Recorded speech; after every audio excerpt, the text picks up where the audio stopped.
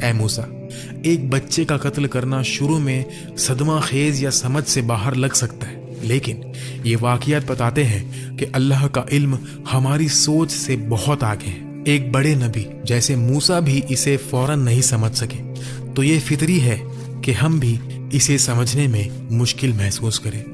خضر اللہ کا ایک خاص بندہ تھا جسے اللہ نے غیبی علم دیا۔ اس الہی علم کے ذریعے خضر وہ سچائی دیکھ سکتا ہے جو ہم نہیں دیکھ سکتے، اور انسانی قابلیت سے آگے کا کام کر سکتا ہے۔ جب دو دریاؤں کے ملنے کی جگہ پر ایک چھوٹا سا پرندہ سمندر کے کنارے آتا ہے اور اپنی چونچ سے ایک قطرہ پانی لیتا ہے، خضر یہ موسیٰ کو دکھاتا ہے اور کہتا ہے، اے موسیٰ، اس پرندے کی چونچ میں جو قطرہ ہے وہ ہمارے علم کی طرح ہے، اور باقی جو سمندر ہے یہ پورا اللہ کے علم کی طرح ہے۔ یہ لمحہ ایک بہت طاقتور مثال ہے جو بتاتا ہے کہ ہمارا علم کتنا محدود ہے اور اللہ کا علم کتنا عظیم ہے۔ اللہ کے رسول نے ایک حدیث میں کہا، اللہ موسیٰ پر رحمت کرے، کاش وہ خضر کے ساتھ صبر کرتے اور ہمیں ان کے سفر کے بارے میں اور بتاتے۔ میں کتنا چاہتا کہ ایسا ہوتا، اور باقی اللہ بہتر جانتا ہے۔ ہر چیز چاہے زندہ ہو یا غیر زندہ اس کائنات میں ایک کام کے لیے بنائی گئی ہے، یہاں تک کہ چھوٹا سا سیل بھی اپنی جگہ جانتا ہے اس مکمل نظام میں۔ خضر علیہ السلام کو فطرت کے توازن کی ذمہ داری دی گئی ہے۔ اسرائیل علیہ السلام کو روحیں لینے کا کام دیا گیا ہے۔ پتھر، بارش، درخت اور چھوٹے سے کیڑے سب کا ایک خاص کام ہے۔ کائنات میں ہر چیز مکمل ترتیب سے کام کرتی ہے ان لوگوں کے ذریعے جنہیں اللہ نے مقرر کیا ہے، اور جو واقعات ہمیں برے لگتے ہیں وہ بھی اس الہی نظام کا حصہ ہوتے ہیں۔ کبھی ہم سوچتے ہیں کہ وائرس دنیا میں پھیل گیا اور ہم مر رہے ہیں، یا جنگوں میں بچے اپنی جان گنوا رہے ہیں۔ ہماری محدود عقل کے ساتھ یہ سب اندھیرا اور نا امید لگتا ہے، لیکن یہ کہاوت کہ ہر چیز میں کوئی بھلائی ہے بے وجہ نہیں، کیونکہ بھلائی کا مطلب صرف خوشنما واقعات نہیں ہوتا۔ کبھی ہم ایسے حالات کے سامنا کرتے ہیں جو برے لگتے ہیں، لیکن اگر ہم کہیں کہ اللہ نے اس کے پیچھے کوئی وجہ رکھی ہے، بھلے ہی ابھی ہم نہ سمجھیں، تو اللہ ہمیں اس کی چھپی ہوئی حکمت دکھانا شروع کر دیتے ہیں۔ لیکن اگر ہم ایسے واقعات کا سامنا نا امیدی سے کریں تو حکمت دیکھنا اور بھی مشکل ہو جاتا ہے۔ تو دوستو، یہ تھی خضر علیہ السلام کی رازدار زندگی کی کہانی۔ اگر آپ کو یہ ویڈیو پسند آئی تو لائک اور سبسکرائب ضرور کریں، اپنی دعاؤں میں ہمیں یاد رکھیں، اور اگر آپ کا کوئی تجربہ یا سوال ہے تو کمنٹ میں شیئر کریں۔ اللہ ہمیں حق سمجھنے کی توفیق دے۔